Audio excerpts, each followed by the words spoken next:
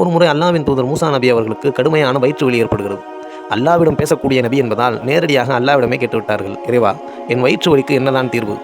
இறைவன் ஒரு செடியை குறிப்பிட்டு அதன் இலைகளை சாப்பிடுமாறு கூறுகிறான்.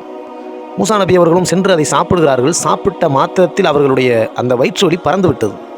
கொஞ்ச நாளைக்கு பிறகு மீண்டும் அதே போன்ற ஒரு வயிற்று வலி ஏற்படுகிறது. சரி, நமக்கு தான் மருந்து தெரியுமே என்று மீண்டும் அந்த இலையை சாப்பிடுகிறார்கள். அது அவர்களுக்கு கொஞ்சம் கூட அந்த வலியை குறைக்கவில்லை. மீண்டும் இறைவனிடம் வருகிறார்கள், அல்லாஹ்வே, சென்ற முறையும் எனக்கு இதே வயிற்று வலி தான் வந்தது. ஆனால் அந்த மருந்தை சாப்பிடும்போது எனக்கு அது ஆரோக்கியத்தை ஏற்படுத்தியதே, தற்போது எனக்கு எந்த விதமான ஆரோக்கியமும் ஏற்படவில்லையே என்று இறைவனிடம் கேட்டபோது அல்லாஹ் கூறினானாம், மூசாவே, எல்லாம் சரிதான்.